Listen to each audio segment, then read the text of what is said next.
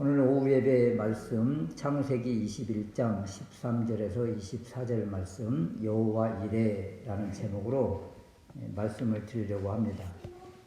시련과 시험하면 대표적으로 떠오르는 인물은 역시 뭐니 해도 욥이지요. 욥이 육체적, 물질적 그 모든 시험을 다 통과한 후에 하나님은 어떤 은혜를 주시던가. 욥기 42장 10절 말씀에 보면 욥이 그의 친구들을 위하여 기도할 때 여호와께서 욥의 곤경을 돌이키시고 여호와께서 욥에게 이전 모든 소유보다 갑절이나 주신지라. 시험을 통과한 이에게 주시는 하나님의 복, 하나님의 은혜입니다. 그럼 아브라함과 이삭이 시험을 잘 통과했는데, 그러면 아브라함과 이삭에게는 욥처럼 어떤 은혜를 주셨을까? 어떤 복을 아브라함과 이삭이 받았을까? 이런 거예요. 시험을 왜 주신다고요? 하나님께서 복을 주시기 위함이라 그랬거든요. 그러면 시험을 통과한 아브라함과 이삭이 받은 복이 있을 것 아니겠어요? 그 복을 알아야 우리도 어떤 시험을 만나거든 어떻게든 이기려고 몸부림을 치겠죠. 첫 번째 어떤 복인가? 여호와 이레의 복입니다. 14절 말씀에 보면 아브라함이 그 땅 이름을 여호와 이레라 하였으므로 오늘까지 사람들이 이르기를 여호와의 산에서 준비되리라 하더라. 이 여호와 이레의 뜻이 여호와의 산에서 준비되리라. 여호와 이레는 오전 시간에도 말씀을 드린 바 있지만 모리야의 야는 여호와 하나님이고 이 모리는 라 이런 뜻을 가지고 있는데 나타내다, 보이다, 여호와께서 나타내신다. 이 계시의 의미가 있는데 비슷해요. 여호와 이레가. 이 이레가 바로 나타낸다는 뜻을 가지고 있는 것입니다. 그래서 여호와의 산에서 나타난다. 여호와의 산에서 준비된다. 그렇다면 믿음으로 순종한, 시험을 잘 통과한 아브라함과 이삭에게 준 하나님의 복이 여호와 이레인데 무엇인가요? 13절 말씀에 보니까 아브라함이 눈을 들어 살펴본 즉 한 수양이 뒤에 있는데 뿔이 수풀에 걸려 있는지라. 그 수양을 가져다가 아들을 대신하여 번제로 드렸더라. 제물인 이삭을 대신해서 이제 수양을 제물로 드렸다. 이런 것입니다. 여러분, 이삭 대신 제물인 수양, 이것이 아브라함과 이삭에게는 큰 축복의 선물이죠. 이것이 바로 여호와 이레의 복, 이삭 대신 수양을 미리 준비시켜 주신 하나님, 이런 것입니다. 여기에 이삭 대신이라는 이 단어 표현이 얼마나 감동입니까? 이삭 대신 수양. 우리는 이 사건에서 이삭을 하나님의 어린 양으로 본다고 했잖아요. 모리야 산으로 3일 길을 걸러 올라간 일. 왜 굳이 3일 길이라고 했을까? 3일 동안의 죽음의 모습. 또 이삭을 내 아들, 내 사랑하는 독자. 이 표현은 하나님 아버지께서 독생자 예수님을 표현할 때 사용하는 단어들입니다. 우리 하나님께서 예수님을 향해서 이는 내 사랑하는 아들이요 내 기뻐하는 자라. 이 모습이 바로 이 내 사랑하는 아들 독자 이삭. 더군다나 독자는 요한복음 1장 18절 말씀처럼 아버지 품속에 있는 독생하신 하나님이 나타내셨느니라. 독생자라는 표현, 독자 이삭, 독생자 예수 그리스도. 이삭이 번제할 나무를 짊어지고 오르는 모습, 우리 주님이 십자가를 짊어지고 골고다 언덕을 오르시는 모습, 너무 똑같다 이런 거지. 이삭이 아버지 아브라함이 결박하는데도 반항하지 않고 순종하는 모습이 바로 이사야 53장에 그가 곤욕을 당하여 괴로울 때에도 그의 입을 열지 아니하였으며 마치 도수장으로 끌려가는 어린 양과 털 깎는 자 앞에서 잠잠한 양같이 그의 입을 열지 아니하였도다. 바로 우리 주님이 이삭이 순종하는 모습이 바로 이 모습이라는 거예요. 또 이삭 대신 수풀에 걸려 제물이 된 수양, 이 수양도 똑같이 우리 대신 십자가에서 죽으신 예수 그리스도 그 제물을 이야기하고 있는 것입니다. 이 제물을 미리 준비하였도다. 여호와 이레 아브라함과 이삭에게 주신 하나님의 선물, 하나님의 복이라. 우리는 이 모리아산에서 이삭을 번제로 드리는 이 사건에서 아브라함이 도대체 무엇을 봤을까? 이런 것인데요. 오전 시간에는 이삭을 어떻게 생각했는가? 하나님의 것, 주님의 것이기 때문에 주인이 달라고 하니까 드려야지 하는 마음으로 이삭을 드렸는데, 그렇다면 전체적으로 이 모리아산에서 아브라함은 도대체 무엇을 봤을까? 이런 것입니다. 수풀에 걸린 수양, 여호와 이레 준비하신 이것을 봤는데 도대체 이런 전체적인 것에 이 모리아산에서 아브라함이 본 것이 무엇일까? 영적인 의미 또는 뭐 이런 부분에 있어서 구약에서는 도대체 알 수가 없는데 우리 주님이 알려주세요. 요한복음 8장에 이 사건을 그대로 끄집어냅니다. 요한복음 8장은 유대인들이 예수님을 귀신 들린 사람으로 매도를 해요. 너 귀신 들렸다. 이랬을 때 이 유대인들과 변호하는 과정 속에서 우리 주님이 하시는 말씀이에요. 아브라함과 선지자들도 죽었거늘 사람이 내 말을 지키면 영원히 죽음을 맛보지 않는다고 유대인들이 이렇게 예수님께 질문을 합니다. 너는 이미 죽은 우리 조상 아브라함보다도 크냐? 이때 주님이 이렇게 말씀을 하세요. 지금 이 유대인들이 아브라함을 끄집어내고 있잖아요. 아브라함보다도 네가 더 커? 이런 식으로 예수님께 반문할 때 요한복음 8장 55절 이하에 너희 조상 아브라함은 나의 때 볼 것을 즐거워하다가 보고 기뻐하였느니라. 이 말씀을 우리 주님이 하신 거예요. 그러니까 네가 아직 50도가 못 되었는데 우리 주님이 이때 30세, 33세 뭐 이렇게 이야기를 하는데 33세 그런데 이제 많이 잡아도 50세로 봤을 때 50세도 못 됐는데 아브라함을 봤다고 이렇게 유대인들이 질문을 하죠. 예수께서 진실로 진실로 너희에게 이르노니 아브라함이 나기 전부터 내가 있었느니라. 아브라함은 이삭 대신 수풀에 걸린 재물을 보고 뭘 했다고요? 보고 기뻐하였느니라. 나의 때 볼 것을 즐거워하다가 보고 기뻐하였느니라. 어디서 이걸 봤느냐고요? 모리아산에서 이걸 본 거예요. 아브라함이 예수님의 때, 어떤 때요? 이렇게 수풀에 걸린 그 양처럼 죽음을 당하고 그리고 이삭이 죽었다가 다시 살아서 받은 것처럼 이런 일이 있을 것을 아브라함이 보고 어디에서요? 모리아산에서 그 부활을 보고 예수 그리스도의 십자가와 부활을 보고 즐거워하고 기뻐했다. 이렇게 우리 주님이 유대인들에게 지금 선포하고 계신 겁니다.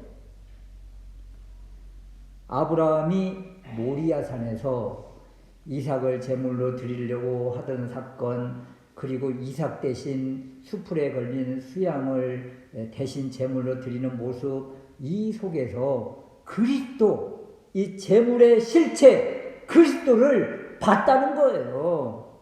이걸 우리 주님이 직접 증거하셨으니까 이건 거짓이 아닌 거죠. 변개할 수가 없는 겁니다.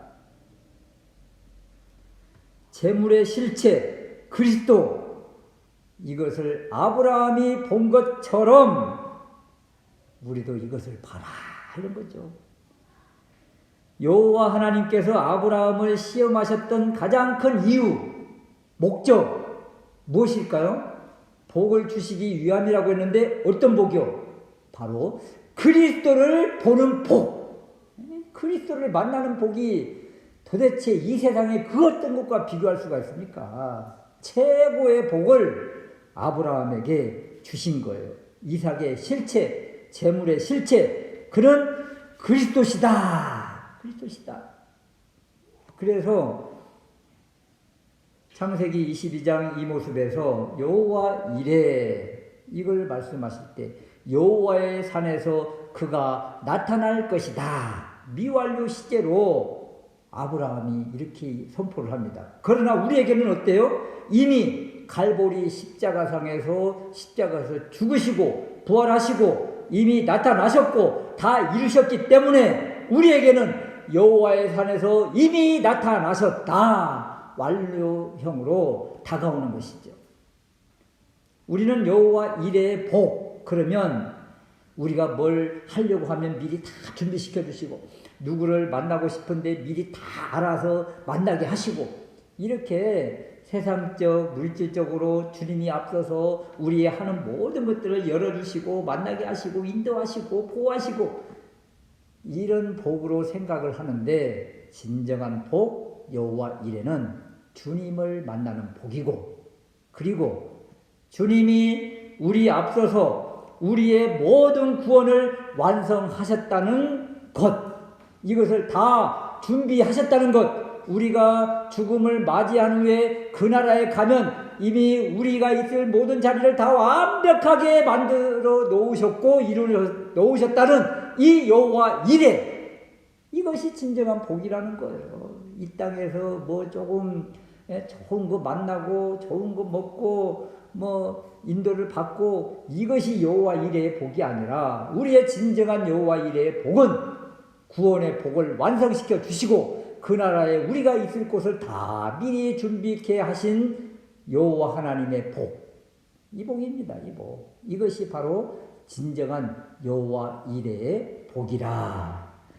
아브라함과 이삭에게는 이 수풀에 걸린 이 양이 진정한 복이었고, 이것을 통해서 그리스도를 미리 봄으로 인해서 엄청난 복을 경험하게 되었더라, 이런 것입니다. 두 번째 또 복을 주셨어요.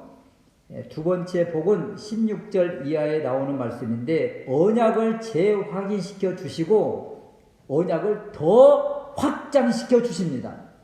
말씀을 더 주신다는 거예요. 이것이 복입니다.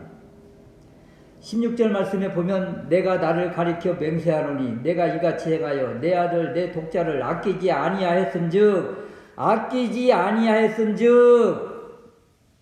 여러분, 아브라함이 아끼지 아니하고 다 내놓았다. 이삭까지 내놓을 정도로.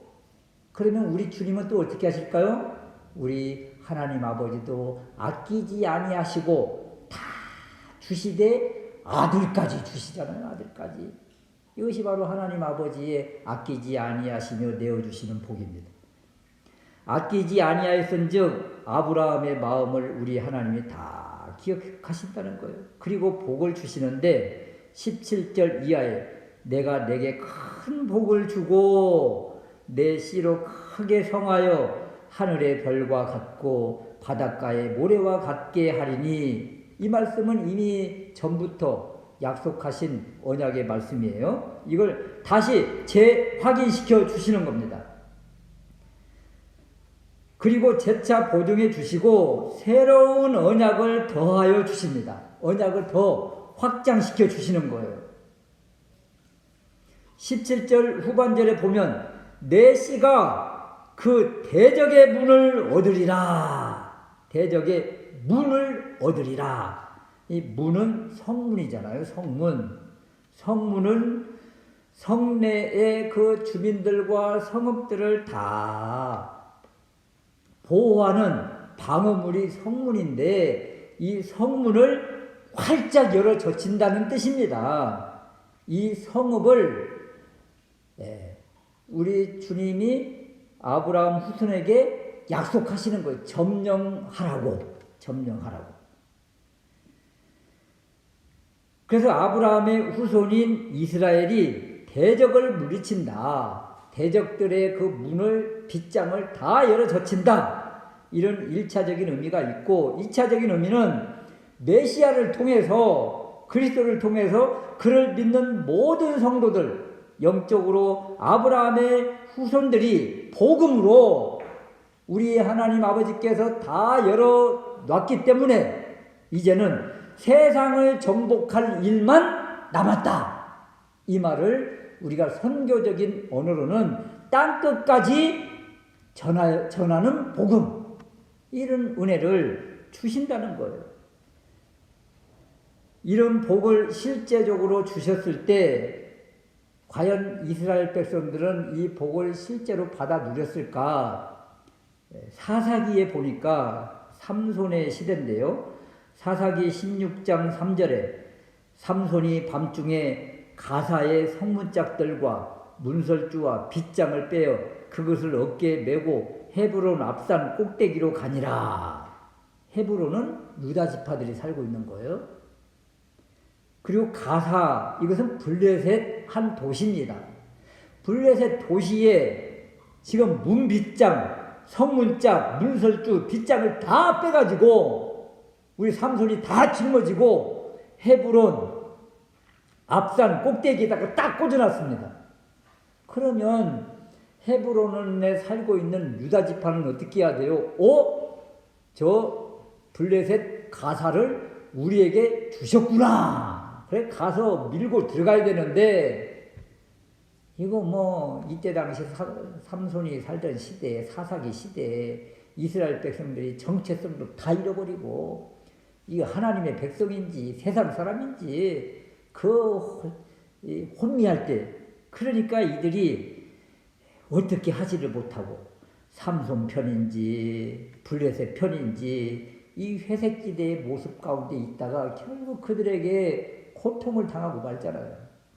하나님이 승리의 그 문을 승리하라고 다 열어준, 점령하라고 다 허락하셨음에도 불구하고 믿음이 없고 이런 하나님께서 주신다는 확신이 없으니까 이 주저주저 하다가 오히려 적군들에게 점령을 당하는, 압제를 당하는 이런 어려움을 당하더라, 이런 것이죠. 그러므로 우리 주님이 아브라함 후손에게, 아브라함과 아브라함 후손에게 주신 복, 내 씨가 그 대적의 문을 얻으리라. 이 문이 어떤 문입니까? 창세기 3장 15절에 약속해 주셨던 그 사탄의 머리를 짓밟는, 뱀의 머리를 짓이기는 이것을 우리 주님이 완성시켜 주셨는데 우리는 이 사탄 앞에 벌벌 떨고 있는 것은 아닌가? 삼손 시대 유다 백성들이 그 블레셋 앞에서 벌벌 떠는 것과 같은 그런 모습이 아닌가, 이런 거죠. 그러면 우리는 이러한 모습을 바라보면서 이 약속을 믿는 우리는 이제 당당해야 된다. 우리 주님이 앞서서 다 길을 열어주셨다. 그러므로 우리는 가서 취하기만 하면 된다, 이런 거죠. 여러분, 성경의 이스라엘 백성들의 전쟁 역사를 바라보면 어때요? 앞서 나가는 그 용사들이 쫙 진격해 가고 뒤에 있는 백성들은, 뒤에 있는 이스라엘 군사들은 그냥 아무것도 하는 일도 없이 그냥 막 쫓아가면서, 뒤따라가면서 전리품만 막 얻는 모습, 이런 이미지가 많습니다. 전쟁 이미지가. 무슨 뜻입니까? 우리 주님이 앞서서 적군들을 다 물리쳐 주시고 이스라엘 백성들은 뒤따라가면서 그냥 전리품만 얻는 거예요. 이것이 바로 하나님이 함께 하시고 하나님이 승리해 주시는 전쟁의 모습입니다. 이 모습을 우리에게 주신 거예요. 이 이미지와 이 말씀을. 그러므로 우리도 이제 좀 믿음에 있어서 당당해야 되겠다. 살아계신 하나님이 우리와 함께 하시며 우리 주님이 이미 사탄의 머리를 박살내 버렸다. 그러므로 우리는 이미 승리의 깃발을 꽂아놓고 가서 전리품만 구하는, 전리품만 줍는, 취하는 그런 전쟁이에요. 그런 전쟁. 그런데 이것을 두려워서 못하고 있다. 이런 것이죠. 그러므로 이제 조금 더 믿음이 굳세워지고 믿음에 있어서 삶에 있어서 당당해지시기를 주님의 이름으로 축원합니다. 세 번째 또 복이 있습니다. 어떤 복인가? 애매히 고난을 당하고 재물이 되어서 죽을 뻔한 이삭에게 주시는 하나님의 복이 있어요. 이삭 어때요? 오전 시간에도 살펴봤지만 아버지 아브라함이 결박하고 칼을 빼어서 죽이려고 하는데도 불구하고 그 어린 양이 도살장에서 아무 소리도 안 하고 순순히 있었던 것처럼 그런 모습을 보여줬잖아요. 이것이 바로 순종과 헌신의 모습인데, 이렇게 순종하고 헌신한 이삭에게 하나님은 어떤 복을 약속하시는가? 창세기 22장 20절 이하입니다. 갑자기 말해요. 족보를 끄집어내고 있는 거예요. 2일 후에 혹이 아브라함에게 고하여 이르기를 밀가가 그대의 동생 나홀에게 자녀를 낳았다. 지금 멀리 밧단 아람에 아브라함의 형제들이 있어요. 이 형제들이 지금 뭐하고 살고 있는지, 누구를 낳고 있는지, 그 멀리 떨어져 있는 아브라함의 형제들의 그 상황을 갑자기 지금 뜬금없이 말해요. 이삭이 순종하고 아브라함이 모리아 산에서 승리한 다음에 이 기사가 있는 거예요. 이 기사가 여기에 지금. 그러니까 왜 이 구절이 나홀의 가정의 이 족보를 여기에 끄집어냈을까? 이런 거죠. 이 족보를 보면 말이에요. 여러분, 아브라함의 아버지가 데라잖아요. 데라가 누구를 낳았는가 하면 아브라함과 나홀과 하란을 낳아요. 근데 여기에 순서가 있는데 아브라함과 나홀, 하란, 제일 큰 형이 아마 하란으로 보고 둘째가 아브라함, 셋째가 나홀 이렇게 보는 결례가 많은데, 하란은 이미 죽잖아요. 제일 먼저 죽고 하란이 낳은 아들과 딸이 있는데, 하란 아들, 그러니까 아브라함의 형제잖아요. 아브라함의 형제 가운데 하란이 낳은 아들이 롯입니다. 롯. 소돔과 고모라에서 극적으로 살아남아서 모압과 암몬의 조상이 된 롯. 그 다음에 하란이 낳은 이제 두 딸이 있는데 밀가와 이스가입니다. 이 밀가가 나오는 거예요. 하란의 딸이 밀가. 이걸 기억을 해야 돼요. 그 다음에 아브라함의 동생이 또 하나 있잖아요. 나홀. 아브라함, 나홀, 하란이 형제인데, 형제 막내로 추정하는데 나홀이 누구와 결혼을 했는가 하면 형의 딸 밀가하고 결혼을 해요. 그래서 여기 나홀이 낳았다 또는 밀가가 낳았다 이런 이야기를 하는 거예요. 나홀이 그러니까 조카죠.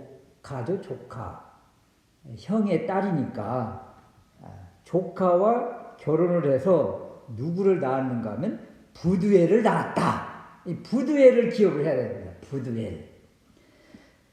그리고 밧단 아람에서 부두엘이 누구를 낳았는가? 라반과 리브가를 낳아요. 여러분, 리브가가 누구예요? 여기 지금 이삭이 나오면서 이삭에게 어떤 복을 하나님이 주셨을까? 이거 지금 이야기하면서 족보가 나왔는데 리브가를 끄집어내는 거예요. 지금 리브가가 누구냐? 리브가가 지금 어디 있느냐? 하나님께서 아브라함과 이삭에게 큰 복을 주셨습니다. 너의 후손이 하늘의 별과 바닷가의 모래처럼 많아지리라. 그러면 여러분, 아브라함이 이삭을 낳고 이삭도 후손을 낳으려면 아내가 있어야 돼, 배필이. 그 배필이 어디 있는 줄 아느냐 하면서 지금 여기에 잠깐 소개를 해주고 있는 거예요. 멀리 바단 아람에 아브라함의 형제들 가운데 누가 뭘 낳고 있는데 잘 봐라. 리브가 있지, 리브가를 그 안에 딱 숨겨놓으면서 이삭의 최고의 복, 이삭의 아내가 최고의 복이죠, 이삭에게. 그래야 이삭의 아내 이삭이 결혼을 해야 이 하나님의 약속이 하나씩 이루어지지 않겠습니까? 이삭과 리브가가 결혼을 해서 낳은 아들이 쌍둥이 에서와 야곱. 그러면서 야곱이 12아들을 낳고 이렇게 되면서 하나님이 약속하신 복들이 점점점 실체가 되는 거죠. 그래서 이렇게 되어지는 데 있어서 이삭의 아내가 여기 내가 지금 숨겨놓고 있다 하면서 복을 숨겨놔 있다고 말씀을 주시는 거예요. 우리는 여기에서 아브라함과 이삭에게 주신 복 가운데 그 하나의 복이 아브라함에게는 며느리 복이고 이삭에게는 아내 복인데 이 가정이 너무도 평범하다는 거예요. 지금 20절에서 24절까지 나와 있는 바단 아람에 있는 이 나홀의 가정, 이 가정이 너무도 평범하다. 밀가와 나홀이 자녀를 낳고 그러면서 쭉쭉쭉쭉 이렇게 낳았는데 리브가를 낳았더라. 너무 평범한 가정이라는 거죠. 여러분, 우리는 하나님의 기적, 하나님의 복 이런 이야기를 할 때 엄청 무슨 막 큰 놀라운 일이 있어야만 하나님의 복인가 이렇게 생각하는데 아닙니다, 여러분. 일상적인 평범한 삶 가운데 이렇게 하나님의 복을 무럭무럭 자라고 있다는 거예요. 이 일상적인 평범한 이 삶을 우리는 너무나 이 하나님께서 주시는 은혜고 하나님께서 주신 복인데도 불구하고 이걸 너무나 생각을 못하고 그냥 무의미하게 아이고 오늘 또 하루 또 지났다. 그냥 이렇게 하면서 하루하루 이렇게 하나님이 주신 특별한 평범한 일상적인 날인데 이걸 너무나 그냥 무시하면서 산 것은 아닌가 한번 되돌아봐야 된다는 거죠. 회개해야 돼요. 어찌 보면 정말 어떤 그냥 큰 사건이 나야 여러분 하나님이 함께 하시는 줄 알겠습니까? 어떤 큰 사고가 났는데 그 안에서 하나님이 보호하다 기적적으로 내가 다치지 않고 살아났다. 꼭 이런 일을 당해야만 하나님이 함께 하셨다고 이 간증이 돼요. 평범한 삶 가운데 오늘 하루도 아무 문제 없이 이렇게 지낸 것, 이 큰 사건 사고 많은 이 세상 가운데서 이렇게 아무 일 없이 지낸 것이 하나님의 놀라운 은혜요 복이다. 지켜주심이고 인도하심이고 보호하심이다. 우리가 좀 이것 좀 봤으면 좋겠습니다. 일상적인 삶 가운데 하나님께서 이렇게 숨겨놓은 복과 복이 있다는 것을 깨닫고 일상적인 것들을 스쳐보내지 말고 그것을 붙잡으면서 주님이 하셨습니다. 주님이 도우셨습니다. 아유, 하나님이 이렇게 보화를 주셨네요. 이러면서 하나님께 영광을 돌리면 그때 어떤 일이 나타난 줄 아십니까? 아브라함의 눈이 열려서 숯불에 걸린 수양이 보여지듯이 그리고 숨겨놓은 리브가를 먼 날에 다시 찾아오듯이 이런 놀라운 은혜가 있게 되는 것입니다. 그래서 일상적인 삶 가운데 감사하며 또 하나님께 고백하며 하나님께 영광 돌리며 찬양 돌릴 때 하나님은 우리의 지경을 점점 더 확장시켜 주신다. 이 원리를 깨닫고 믿음으로 나아가시기를 바라고, 아브라함과 이삭이 이런 놀라운 경험, 모리아산의 경험을 통해서, 이 시험을 통해서 하나님은 더 큰 은혜들을 계속적으로 연결시켜 주시더라. 이 모습을 바라보고 시험이 오거든 감사함으로 받고, 일상적인 삶 가운데서 평범하거든 더 감사하며 하나님께 영광 돌리는 우리 모두가 될 수 있으시기를 주님의 이름으로 축원합니다. 아멘.